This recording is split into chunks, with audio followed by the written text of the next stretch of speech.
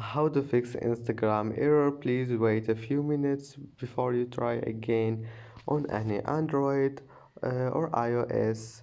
And first go to Play Store or Apple or App Store, and then just make sure your Instagram is updated. And now let's move to the next step. Go to settings, and then click apps, and apps again, and here type Instagram, click on it.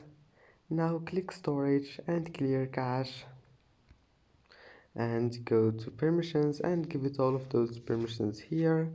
And that's it. I hope that can fix your problem, and if that doesn't fix your problem, just restart your phone and try again. And if you have an iOS, just go to your settings and then general, and then click iPhone storage and just search for Instagram, and then click offload, and that can help you to fix your problem. And that's it for today's video. Don't forget to like, and see you in the next video.